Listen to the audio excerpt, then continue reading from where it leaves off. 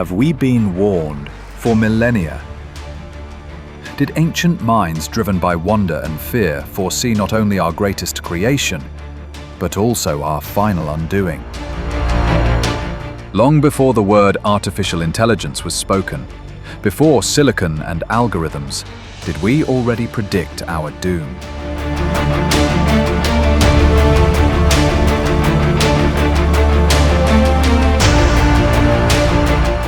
What if the anxieties we feel today aren't new at all, but ancient fears resurfacing? Echoes of warnings written by hands long turned to dust. These weren't merely myths, but reflections of timeless questions about control, ambition, and the terrifying cost of overreaching. It's tempting to believe the idea of intelligent machines is a product of the 20th century, born from codebreakers of World War II, made famous by Alan Turing, or from blinking mainframes in post-war labs like the UNIVAC and ENIAC. But the truth is far older. The concept of humanoid constructs, of artificial beings with minds of their own, haunted our ancestors long before the first electrical circuits sparked to life. In the 3rd century BCE, the Greek poet Apollonius Rhodius recorded one of history's earliest tales of artificial guardians. Talos, a towering bronze giant forged by the god Hephaestus himself, patrolled the island of Crete at the time of King Minos and the Minotaur.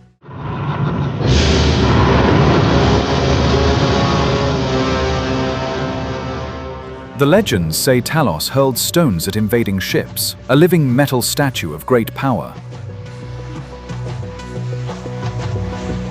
But what's remarkable isn't just the myth, it's the mind behind it.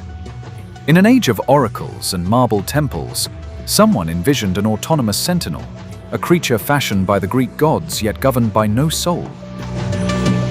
A few centuries later, Roman poet Ovid, in his Metamorphoses around 8 CE, gave us Pygmalion.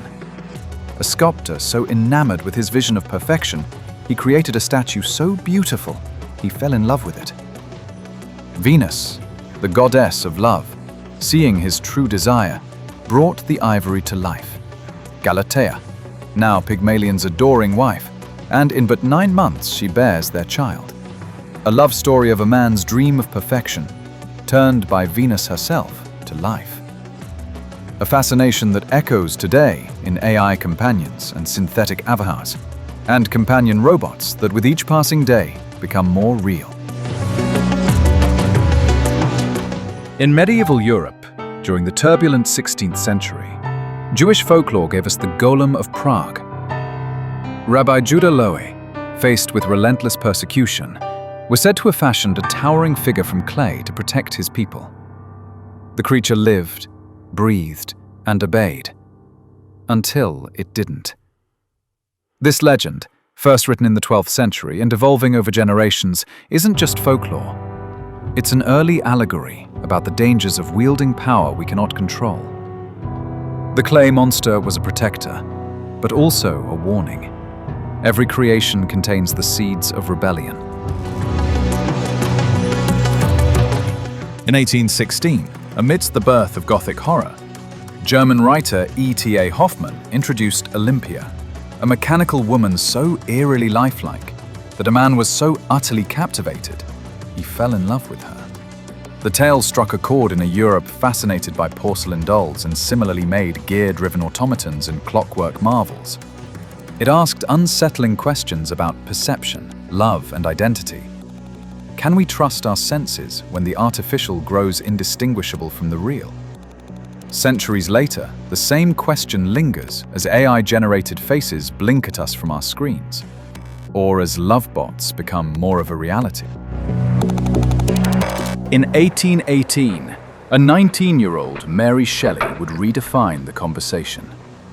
Frankenstein, often mistaken today as a simple monster story, was written as a sophisticated and deeply philosophical warning about ambition, isolation, and the horror of creation, untethered from empathy.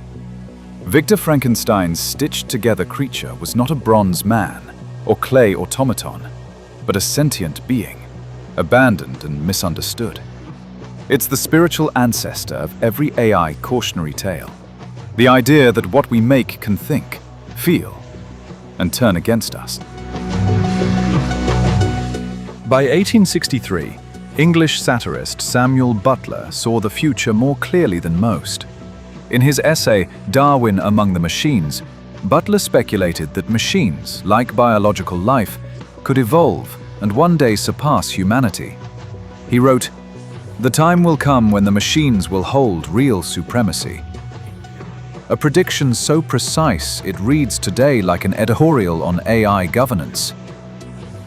Butler's vision, born in the wake of Darwin's theories, proved that even in the 19th century, human intellect could peer centuries ahead.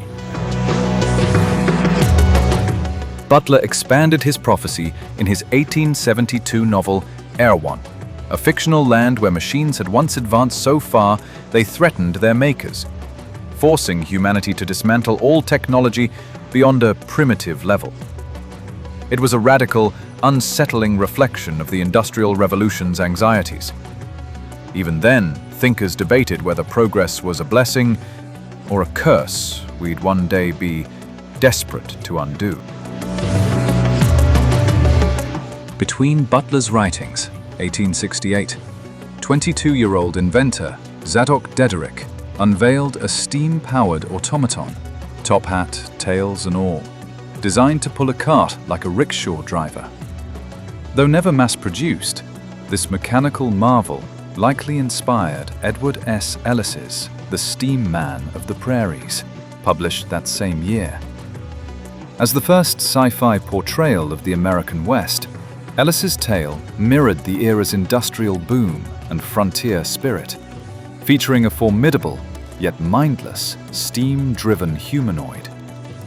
In our lifetime, we see how machines begin as marvels, like the personal computer and later the smartphone, that then become necessity, shaping our futures before we grasp their weight. Power without wisdom demands caution, just as innovation without foresight alters destiny. We build for what people want, not thinking about what we really get. One great, pivotal example of this came in 1921. Karl Karpek's stage play, R.U.R., Rossum's Universal Robots, coined the very word robot. It wasn't just a cautionary tale, it was a prophetic manifesto, way ahead of its time.